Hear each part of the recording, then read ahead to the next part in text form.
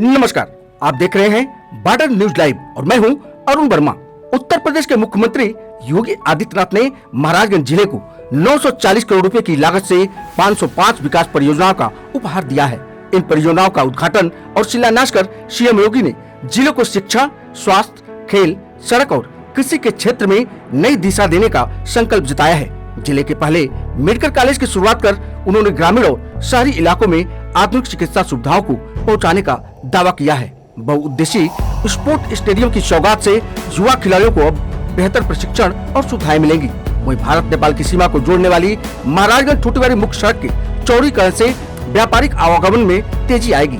किसानों के लिए नहरों का पुनर्निर्माण और कृषि केंद्रों का निर्माण कर मुख्यमंत्री ने खेती में नई तकनीकों को अपनाने की दिशा में कदम बढ़ाया है। शिक्षा में सुधार के लिए सरकारी स्कूलों में डिजिटल शिक्षा केंद्रों की शुरुआत की गई है और रोजगार के लिए युवाओं को कौशल विकास केंद्रों से लाभान्वित करने की योजना है। जनता की शिकायतों का शीघ्र समाधान हो, इसके लिए एक केंद्रीकृत शिकायत निवारण प्रणाली भी स्थापित की जा रही है। मुख्यमंत्री योगी आदित्यनाथ ने महाराजगंज को आत्मनिर्भर और समृद्ध बनाने का संकल्प लेते हुए इन योजनाओं को जिले के विकास की मजबूत नींव बताया है। तो आइए आपको लेकर चल रहे हैं मुख्यमंत्री योगी आदित्यनाथ के हृदय स्थली चौक बाजार नगर पंचायत के तरफ अपने सहयोगी कलामुद्दीन के साथ। बने रहिए अपने news channel border news live के साथ, क्योंकि खबर है तो दिखेगी।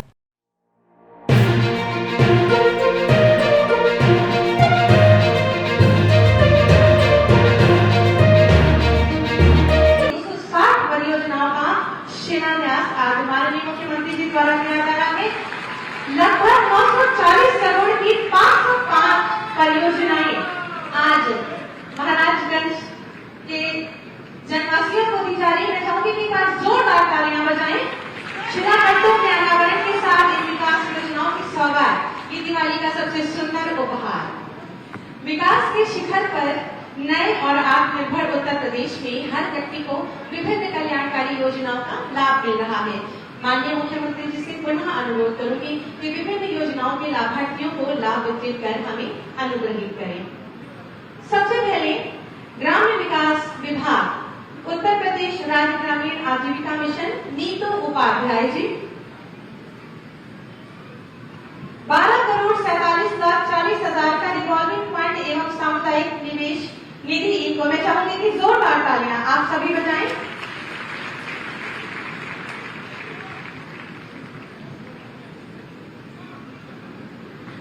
सूक्ष्म लघु एवं मध्यम उद्यम विभाग, एक जनपद एक उत्पाद वित्त पोषण सहायता योजना, रामो शर्मा जी जिन्हें 20 लाख रुपए का ये डेमो चेक, आप सभी जोरदार तालियां बजाएं। और मुख्यमंत्री युवा स्वरोजगार योजना के अंतर्गत संदीप गौर जी 25 लाख का ऋण आपको प्रदान किया जा रहा है। कृषि विभाग पराली प्रबंधन हेतु एग्रीगेटर योजना, श्री जनार्दन पटेल जी फसल अवशेष पराली प्रबंधन हेतु कृषि यंत्रों तथा ट्रैक्टर, बैनर, ब्रेक और ट्रॉली हेतु इनको 34 लाख के अनुदान से लाभान्वित किया जा रहा है।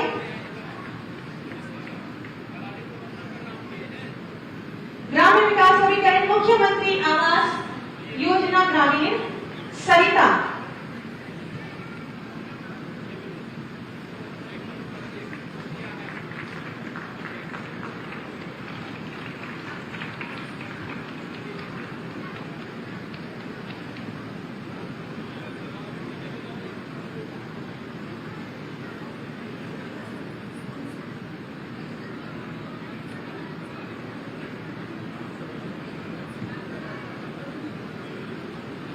ग्रामीण विकास अभिकरण मुख्यमंत्री आवास योजना ग्रामीण, सरिता जी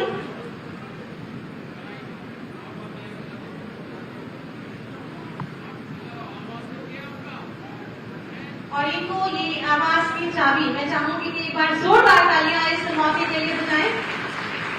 उद्यान विभाग पर crop, more crop, micro irrigation, Madan Pande 11.6 lakh के अनुदान का चेक प्रतिनिधि श्री मदन पांडे जी को माननीय मुख्यमंत्री जी द्वारा दिया जा रहा है। उद्यान विभाग के ही अंतर्गत प्रधानमंत्री सूक्ष्म खाद्य उद्योग उन्नयन राम लगन उपाध्याय जी 13.5 के अनुदान का चेक प्रतिनिधि श्री वितरित किया जा रहा है। राजस्व माध्यमिक शिक्षा विभाग स्वामी विवेकानंद युवा सशक्तिकरण योजना विजय कनौजिया टैबलेट इनकी शिक्षा को और उच्च श्रेणी उच्च दर्जा देने के लिए टैबलेट में चाहूंगी कि जोरदार तालियां मंच तक पहुंचाएं। स्वामी विवेकानंद युवा योजना के अंतर्गत अनामिका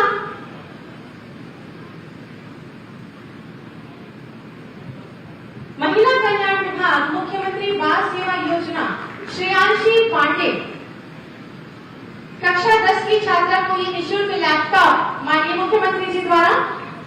आप सभी की जोरदार तालियां मंच तक पहुंचेंगी तो इस अवसर की शोभा बढ़ेगी। मत्स्य विभाग प्रधानमंत्री मत्स्य संपदा योजना सरिता देवी जी 1.80 lakh 3 wheeler with ice box है तो इनको चाबी।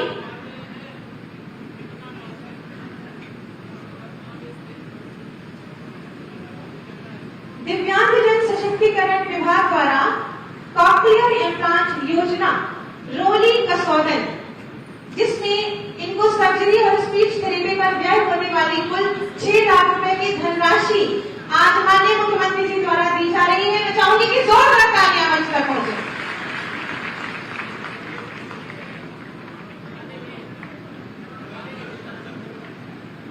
होमगार्ड्स विभाग मृतक होमगार्ड स्वयं सेवकों के आश्रितों को दुर्घटना बीमा राशि अनीता देवी जिनको 38 लाख का दुर्घटना बीमा राशि का चेक माननीय मुख्यमंत्री जी द्वारा दिया जा रहा है। और इसी विभाग द्वारा कविता मृतक होमगार्ड स्वयं सेवकों के आश्रितों को 30 लाख का दुर्घटना बीमा राशि का चेक।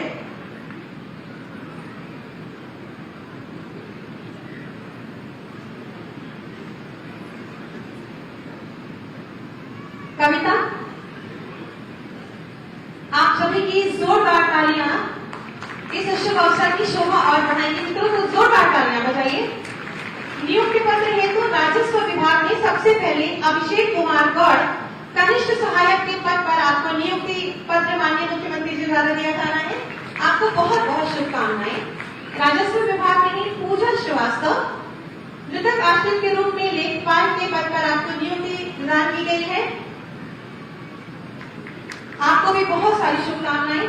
युवा कल्याण विभाग अर्जुन सिंह को युवा कल्याण विभाग द्वारा अर्जुन सिंह पीआरटी स्वयं सेवक की मृत्यु से अपंग हो जाने की दशा में अनुकंपा के आधार पर जो पात्रों का चयन किया गया। बेसिक शिक्षा विभाग से ब्रजेश कुमार अग्रहरी सहायक अध्यापक के पद की नियुक्ति। समाज कल्याण विभाग शोभा ग्राम विकास अधिकारी समाज कल्याण के पद पर नियुक्ति। और होमगार्ड्स विभाग पूजा इनको नियुक्ति पत्र। मैं चाहूंगी कि एक बार जोरदार तालियां मंच तक हो जाएं और माननीय मुख्यमंत्री जी को बहुत बहुत धन्यवाद आभार। दीपावली से पूर्व इन सभी को ये लाभ वितरित करने हेतु बहुत बहुत धन्यवाद आभार माननीय मुख्यमंत्री जी। नए भारत का नया उत्तर प्रदेश विकसित उत्तर प्रदेश इस संकल्पना को यथार्थ में परिवर्तित करने वाले माननीय मुख्यमंत्री जी का मार्गदर्शन हमें निरंतर आगे बढ़ने की प्रेरणा देता है। प्रदेश के विकास में समर्पित आपकी निरंतर सक्रियता और सकारात्मक दृष्टिकोण हम सबको सदैव नए उत्तर प्रदेश के निर्माण से जुड़ने को प्रेरित करती है।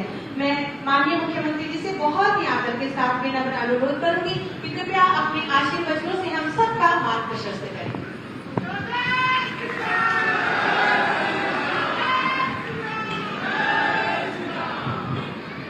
भारत माता की भारत माता की भारत माता की वंदे वंदे वंदे। जनपद महाराजगंज की 940 करोड़ रुपए की परियोजनाओं के लोकार्पण की दृष्टि से आज मुझे जनपद में आने का सौभाग्य प्राप्त हुआ है। दीपावली के ठीक पहले चौक समेत पूरे महाराजगंज वासियों को ये 940 करोड़ रुपए की परियोजनाओं का उपहार मिल रहा है। मैं इसके लिए आप सभी महाराजगंज वासियों को हृदय से बधाई देता हूं। दीपावली की मंगलमय शुभकामनाएं देता हूं और इन 940 करोड़ रुपए में चौक के लिए तो ये सोने में सुहागा हो गया कि सबसे अधिक लाभ इसमें आपको प्राप्त हो रहा है। आज के इस लोकार्पण और शिलान्यास कार्यक्रम में मंच पर उपस्थित जनपद महाराजगंज के लोकप्रिय सांसद और केंद्रीय मंत्री माननीय श्री पंकज चौधरी जी, जिला पंचायत अध्यक्ष श्री रविकांत पटेल जी, इस क्षेत्र के लोकप्रिय विधायक श्री जयमंगल कनौजिया जी, विधायक सिसोआ श्री प्रेम सागर पटेल जी, विधायक पलियारा श्री ज्ञानेन्द्र सिंह जी, विधायक नौतनवा श्री ऋषि त्रिपाठी जी, भारतीय जनता पार्टी के जिला के अध्यक्ष श्री संजय पांडे जी, नगर पंचायत अध्यक्ष चौक श्रीमती संगीता देवी जी, सभी पार्षदगण, ब्लॉक प्रमुखगण, जिला पंचायत के सदस्यगण, ग्राम प्रधानगण और चौक और महाराजगंज से जुड़े हुए सभी उपस्थित बहनों और भाइयों, 940 करोड़ रुपए की परियोजनाओं के लिए चौक समेत पूरे महाराजगंज वासियों को मैं हृदय से बधाई देता हूं, अपनी शुभकामनाएं देता हूं।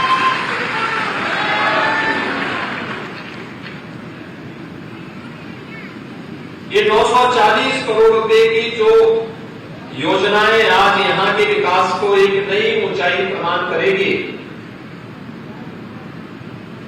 इसमें नगर पंचायत चौक के अपने स्वयं के भवन, नगर पंचायत पलियारा के स्वयं के भवन के साथ ही अन्य ऐसे जो कि स्थानीय निकाय से जुड़े हुए नवनिर्मित भवन है, उनके लोकार्पण का कार्यक्रम, खेलकूद की गतिविधियों को कैसे आगे बढ़ाया जाना है और हमारा खिलाड़ी भी, हमारा स्थानीय खिलाड़ी भी ओलंपिक, एशियाड और कॉमनवेल्थ में मेडल प्राप्त करने की सामर्थ्य रखता है, इसके लिए अवस्थापना सुविधा किस प्रकार की होनी चाहिए उसका एक उदाहरण आज चौक में इस मिनी स्टेडियम और मल्टीपर्पज हॉल के माध्यम से भी यहां पर उसके लोकार्पण के साथ यहां देखने को मिल रहा है। पर्यटन विकास की दृष्टि से विरासत और विकास का अद्भुत संगम कैसे होना है, लहरा देवी के मंदिर के पर्यटन विकास की योजना हो, चौक में मंदिर के विकास की योजना हो, सोनाड़ी माई के मंदिर के पर्यटन विकास की योजना हो, या फिर ऐसे पौराणिक और ऐतिहासिक पृष्ठभूमि से जुड़े हुए पवित्र धर्मस्थलों के सुंदरीकरण का कार्यक्रम हो, ये सभी इसके साथ जुड़ने के साथ ही आज चौक नगर पंचायत में योगीराज बाबा गंभीरनाथ जी की इस भव्य और दिव्य प्रतिमा को भी लोकार्पण का अवसर मुझे प्राप्त हुआ है। मैं इस अवसर पर चौक नगर पंचायत को हृदय से धन्यवाद देता हूं, जिन्होंने योगीराज बाबा गंभीरनाथ जी का स्मरण किया।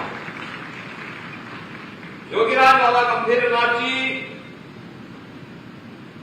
गोरखनाथ मंदिर के नाथ पंथ के एक बहुत सिद्ध योगी थे। यद्यपि आज से 107 वर्ष पूर्व वे इस धराधाम में अपनी भौतिक देह से नहीं रहे,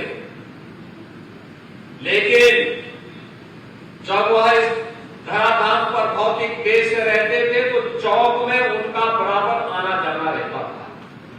चौक में आते थे तब साधन नहीं हुआ करते थे, लेकिन मंदिर के हाथी के माध्यम से ही उनको यहां पर आना पड़ता था। तब यह जनपद अलग नहीं था, गोरखपुर जनपद का एक हिस्सा था, एक तहसील के रूप में जाना जाता था और सुबह से लेकर शाम तक चलने का समय लगता था और फिर उनको यहां आने का अवसर प्राप्त होता था। कई दिन यहां रहते थे। यहां की व्यवस्था देखने के बाद फिर बाबा यहां के लोगों को अपना आशीर्वाद देकर के वापस गोरखपुर जाते थे। और इतने वर्ष के बाद आप सोचिए 1917 में उन्होंने अपनी भौतिक देह को छोड़ा था और 2023-24 में उनकी मूर्ति के माध्यम से चौक में उनका स्मरण हुआ है। यह उस दिव्य विभूति के प्रति चौक की जनता की ओर से, नगर पंचायत की ओर से कृतज्ञता ज्ञापित करने और उनके प्रति श्रद्धा व्यक्त करने का एक माध्यम बना है। मैं इसके लिए, क्योंकि मैं स्वयं भी योगीराज बाबा गंभीरनाथ जी का अनुयायी हूं, तो इस दृष्टि से मैं चौक की जनता को हृदय से धन्यवाद देता हूं कि उन्होंने नगर पंचायत के माध्यम से योगीराज बाबा गंभीरनाथ जी का स्मरण किया। बहनों और भाइयों, प्रधानमंत्री मोदी जी ने देशवासियों को विकास को विरासत के साथ जोड़ने का एक आह्वान करते हुए 2047 में भारत को दुनिया की एक बड़ी शक्ति के रूप में स्थापित करने के लिए आत्मनिर्भर और विकसित भारत की परिकल्पना को साकार करने का आह्वान किया है। आत्मनिर्भर और विकसित भारत बनाने के लिए हम सबके स्तर पर क्या प्रयास होना चाहिए, यह आज के अवसर पर आत्मावलोकन की आवश्यकता है। याद करिए, सरकार अपना कार्य कर रही है। केंद्र सरकार, राज्य सरकार मिलकर के अपने अपने कार्य को आगे बढ़ा रही है। युद्ध स्तर पर कार्य हो रहे हैं, बड़े बड़े कार्य हो रहे हैं। कहीं हाईवे, कहीं रेलवे, कहीं एयरपोर्ट, कहीं मेडिकल कॉलेज, कहीं पॉलिटेक्निक, कहीं इंजीनियरिंग कॉलेज, कहीं डिग्री कॉलेज, कहीं ITI, कहीं पर बेसिक शिक्षा के स्कूल, कहीं कलावा से विद्यालय, कहीं मुख्यमंत्री कंपोजिट स्कूल, कहीं कस्तूरबा गांधी विद्यालय, कहीं PM श्री विद्यालय, कहीं आंगनबाड़ी केंद्र, कहीं पर उद्योग लगा करके लोगों के लिए विकास और रोजगार के अवसर खोलने के कार्यक्रम, ये अनेक कार्यक्रम चल रहे हैं। लेकिन इसमें केवल सरकार की ही जिम्मेदारी है। हमारे स्थानीय निकाय की समितियों का, ग्राम पंचायतों की और आम नागरिकों की क्या भूमिका इसमें हो सकती है, यह आज हम सब के लिए एक विचारणीय प्रश्न होना चाहिए। जब यहां पे 940 करोड़ रुपए की परियोजनाओं के लिए हम लोग आज यहां पर आए हैं, तो यहां पे स्टेडियम, मल्टीपर्पज हॉल, इसमें एक football ground, kabaddi court, pavilion, cricket pitch, practice pitch, CC road, pathway, parking के सभी की व्यवस्था तो है ही। साथ साथ यहां पर अन्य तमाम कार्यक्रम चल रहे हैं। चौक के लिए ही PM स्वनिधि योजना के अंतर्गत पटरी व्यवसायियों के लिए ठेला, खोमचा, रेहड़ी लगा करके जो लोग जहां तहां लगाते थे, उसके लिए PM स्वनिधि योजना में बैंक से कम दर पर उन्हें लोन दिला करके वे अपने व्यवसाय को आसानी से कर सके, इसके लिए भी एक कार्यक्रम चल रहा है। और इसमें मुझे प्रसन्नता हुई कि 556 पथ विक्रेताओं को अकेले चौक के अंदर इस योजना का लाभ प्राप्त हुआ है। आप सोचिए, 2020 में 20 दिसंबर 2020 में आपका चौक नगर पंचायत बना और मात्र 4 साल में 3,704 लोगों को एक एक आवास इस नगर पंचायत में प्राप्त हो गया। यानी 3,704 लोगों को कोई कल्पना ही नहीं कर सकता। और यहां पे 4 आंगनबाड़ी केंद्रों का निर्माण भी हो रहा है।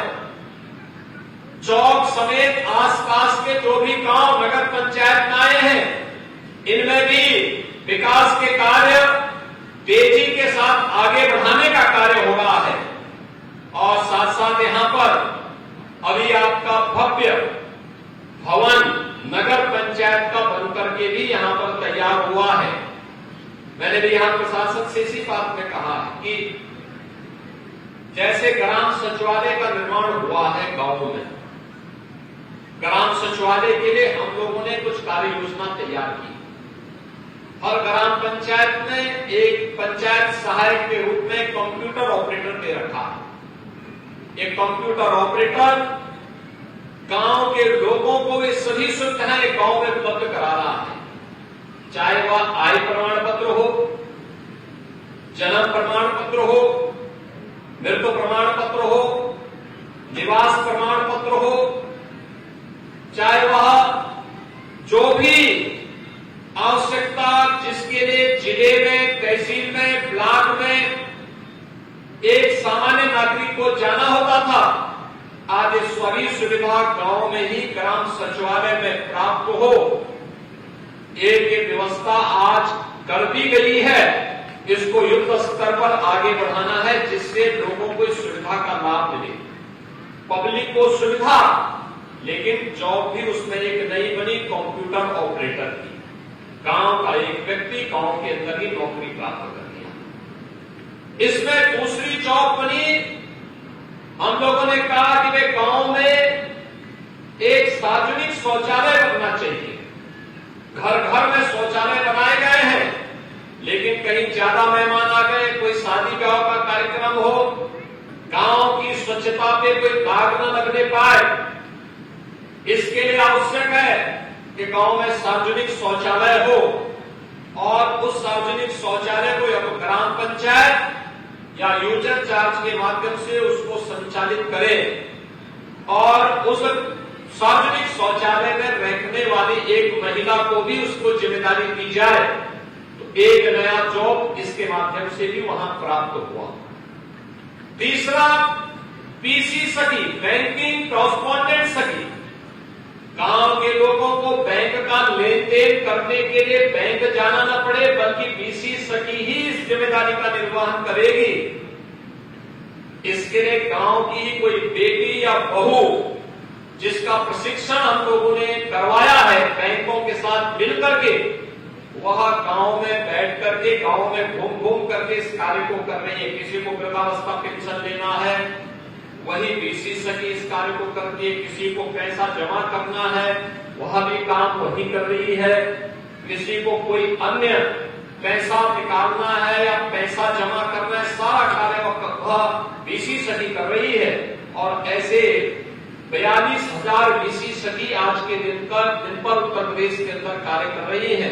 हर ग्राम पंचायत में एक पीसी सखी हो, यह भी एक तीसरी जॉब गांव के अंदर गांव के लोगों को उपलब्ध करवाई गई। चौथा, गांव में एक कन्वेंशन सेंटर हो, शादी ब्याह, मांगलिक कार्यक्रम, किसी का मुंडन है, किसी को भोज देना हो, कोई अन्य कार्यक्रम करवाना हो, इसके लिए इधर उधर भटकना न पड़े, पहले से ही निर्मित भवन हो और उस भवन में यूजर चार्ज कम से कम हो। अगर आप टेंट लगाएंगे, 1,00,000 2 लाख का खर्चा हो जाएगा। आसानी क्या है, वहां पे पहले से भवन बने, आसानी से कम पैसे में लोगों को सुविधा मिल सके, तो पब्लिक को सुविधा मिल गई। साथ साथ वहां पर एक व्यवस्था बनाई गई कि एक व्यक्ति उसकी रख रखाव की जिम्मेदारी निभाएगा, उसको निश्चित मानदेय मिले। तो एक चौथी जॉब भी गांव में मिल गई।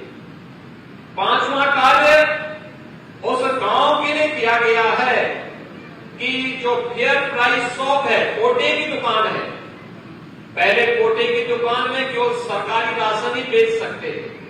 अब हमने सुविधा दी है, कोटे की दुकान में सरकारी राशन के साथ साथ अन्य सामान भी जो सामान्य उपभोक्ता के लिए उपयोगी हो सकता है, तेल है, साबुन है, दातुन है और भी कॉपी किताब है, ये सब आप हम बेचने के लिए रख सकते हैं।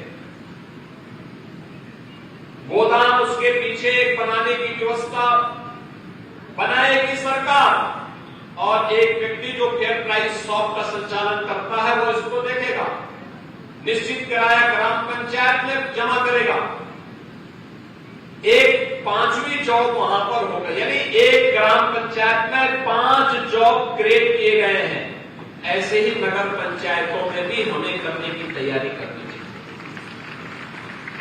हमारा ग्राम पंचायत या हमारी नगर पंचायत सरकार के लिए बोझा न बने, बल्कि सरकार की योजनाओं को जमीनी धरातल पर पहुंचाने के वाहन तो बने ही, साथ साथ मोदी जी के आत्मनिर्भर भारत और विकसित भारत की परिकल्पना को साकार करने के जीवंत इकाई बने।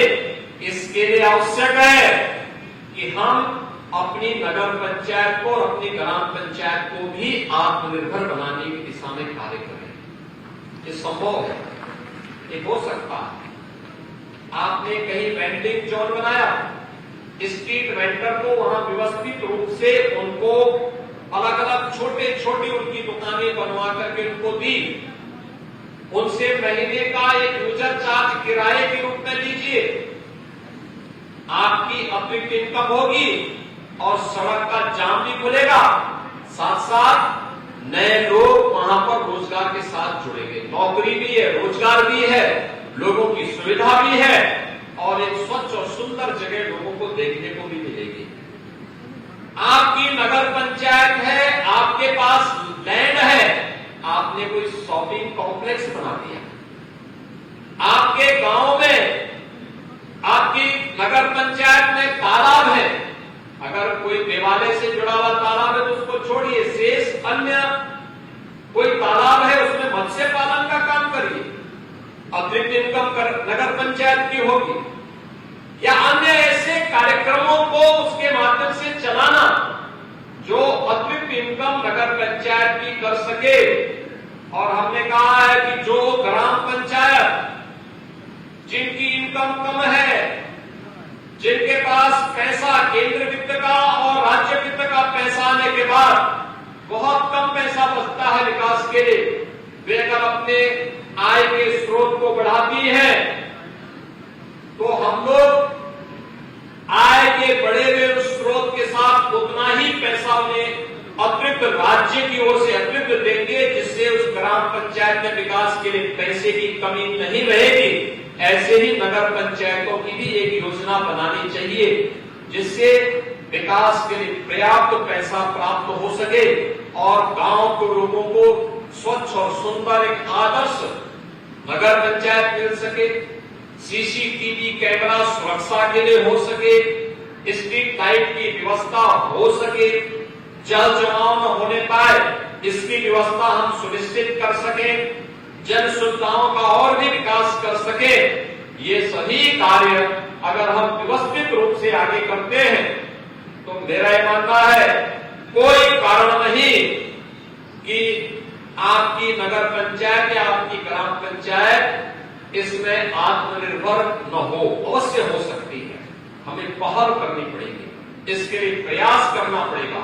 इसके लिए माननीय सांसद, माननीय विधायक के मार्गदर्शन में नगर पंचायत अध्यक्षों को, ग्राम प्रधानों को, जिला पंचायतों को, ब्लॉक प्रमुखों को, इन सबको अपनी अपनी इकाइयों की ठोस कार्य योजना बना करके पूरी ईमानदारी के साथ उसको लागू करने की दिशा में आगे बढ़ना पड़ेगा।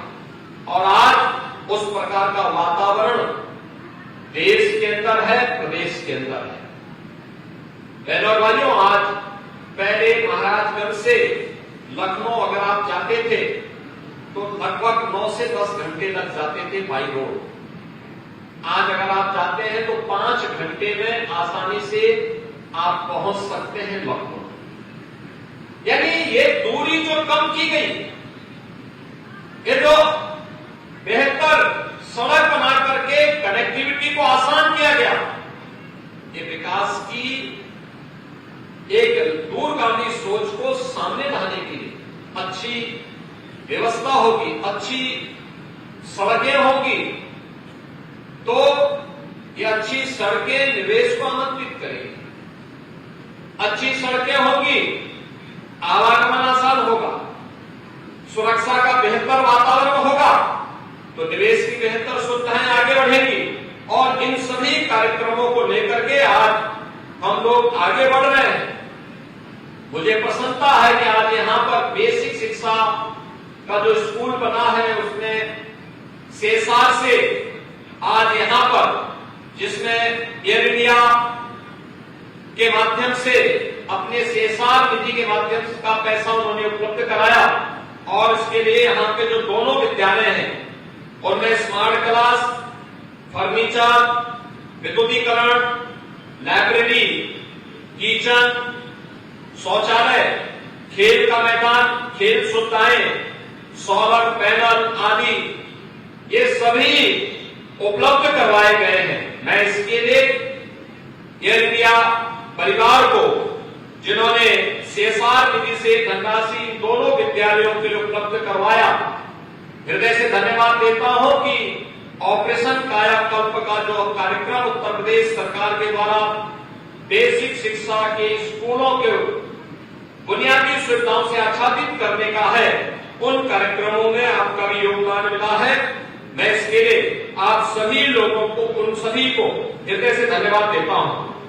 बहनों और भाइयों, आज जो तमाम योजनाएं जनपद महाराजगंज की यहां पर शिलान्यास और लोकार्पित की जा रही हैं, इसमें सड़क की भी है, व्यावसायिक शिक्षा की भी है, इसमें स्वास्थ्य विभाग की भी है, इसमें निराश्रित गोवंश के लिए नगरीय क्षेत्रों में और ग्रामीण क्षेत्र में किए गए प्रयासों का भी है, इसमें वेंडिंग जोन, स्ट्रीट वेंडर के लिए बनाने का भी कार्यक्रम है, और साथ साथ यहां की तमाम पेयजल की स्कीम को भी आगे बढ़ाने का कार्यक्रम भी इसके साथ है।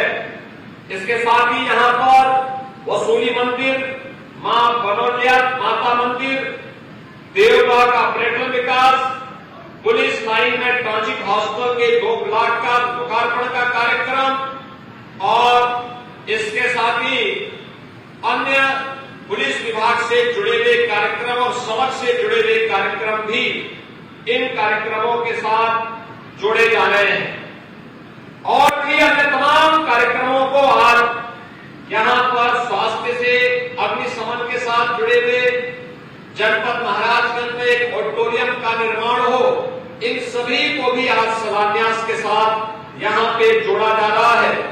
और इसके साथ ही और भी स्वास्थ्य विभाग से जुड़ी हुई या पशुपालन विभाग से जुड़ी हुई अन्य तमाम योजनाओं को भी यहां पर जोड़ने का कार्यक्रम आज यहां पर जनपद महाराजगंज के चौक बाजार के माध्यम से पूरे महाराजगंज जनपद को, चाहे वह नौतमा विधानसभा हो, हरेंदा विधानसभा हो, बनेरा विधानसभा हो, सिसुआ विधानसभा हो या फिर महाराजगंज विधानसभा, इन सभी विधानसभाओं से जुड़ी हुई विभिन्न प्रकार की परियोजनाओं का सौगात आज जनपद महाराजगंज को प्राप्त हो रहा है।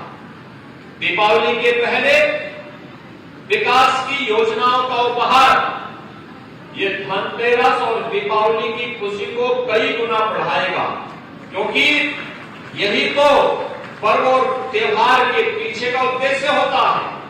सुरक्षा का अच्छा वातावरण मिले, सौहार्दपूर्ण वातावरण में हम विकास की योजनाओं को आगे बढ़ा सके, विकास और विरासत का बेहतर समन्वय के लिए कहीं लेहड़ा देवी मंदिर में, कहीं पर अन्य पुराने देवालयों के सुंदरीकरण और उनके पर्यटन विकास की योजनाओं को भी मूर्त रूप दिया जा रहा है। तो हमारे विकास की जो सबसे सबसे आधारभूत इकाई है ग्राम पंचायत के लिए या फिर नगर पंचायत के विकास के लिए उनका अपना स्वयं का भवन बने, वहां पर सॉलिड और लिक्विड वेस्ट के लिए बेहतरीन प्रबंधन हो, ये सभी कार्य एक साथ करने के कार्य किए जा रहे हैं। आज मैंने प्रशासन से इसी बारे में कहा है कि जैसे ग्राम सचिवालय काम कर रहा है, ऐसे ही नगर पंचायतों का सचिवालय नगर पंचायत भवन के माध्यम से होते हुए दिखना चाहिए, जिससे चौक के लोगों को अपना सर्टिफिकेट बनाने के लिए महाराजगंज न जाना पड़े, बल्कि चौक के लोगों को चौक में, पनियारा के लोगों को पनियारा में, सिसवा के लोगों को सिसवा में, नौतनवा के लोगों को नौतनवा में, फरिंदा के लोगों को फरिंदा में इस सुविधा का लाभ आय प्रमाण पत्र, जाति प्रमाण पत्र, निवास प्रमाण पत्र या खतौनी की नकल या जमीन से संबंधित रिकॉर्ड की नकल, ये सभी सुविधाएं वहां उपलब्ध हो सके। हमें इस दिशा में नए प्रयास को आगे बढ़ाने की आवश्यकता है। आज के इस अवसर पर मैं एक बार फिर से आप सभी को, महाराजगंज वासियों को, चौक वासियों को इतनी बेहतरीन सुविधा के, पहले ग्राम पंचायत था, मुझे याद है महाराजगंज से चौक आने के लिए इस सड़क की स्थिति कितनी खराब थी और मुझे कई बार लिखना पड़ता था, बोलना पड़ता था। हम लोगों को उस समय प्रशासन से भी, शासन से भी गुहार करनी पड़ती थी। और आज कितनी अच्छी सड़क चौक के अंदर, चौक तो ऐसे बनता है जैसे बंगलों का हजरतगंज बन गया है। और यानी विकास, लेकिन इस विकास को बनाए रखना, एक स्वस्थ प्रतिस्पर्धा होनी चाहिए कि नगर पंचायत बन गई, विकास भी हो रहा है, इस विकास को सुरक्षित रखना, इसको आगे बढ़ाना। हम अपने नगर पंचायत को आदर्श बनाएंगे, स्वस्थ प्रतिस्पर्धा जनपद के अंदर भी हो, ग्राम पंचायतों में स्वच्छता के लिए, विकास की योजनाओं के संरक्षण के लिए, इनकम को बढ़ाने को लेकर के। और अगर स्मार्ट सिटी बन सकती है तो स्मार्ट नगर पंचायत क्यों नहीं बन सकती? सेफ सिटी बन सकती है तो सेफ नगर पंचायत क्यों नहीं बन सकती? और जब आप अपने जनपद का स्थापना दिवस या महोत्सव मनाते हैं, उस महोत्सव में वहां के चेयरमैन और वहां के पार्षदों का सम्मान किया जाना चाहिए और उस ग्राम पंचायत का सम्मान किया जाना चाहिए जिन्होंने अपने स्तर पर पहल करके अपने गांव को आदर्श गांव बनाया है या आदर्श नगर पंचायत बनाया है, जिससे और भी लोग उससे प्रेरणा प्राप्त कर सके। आज के लिए मैं आप सबको एक बार फिर से इन योजनाओं की हृदय से बधाई देता हूं, अपनी शुभकामनाएं देता हूं और दीपावली की मंगलमय शुभकामनाएं भी आप सबके प्रति व्यक्त करते हुए अपनी वाणी को विराम देता हूं। धन्यवाद। जय हिंद।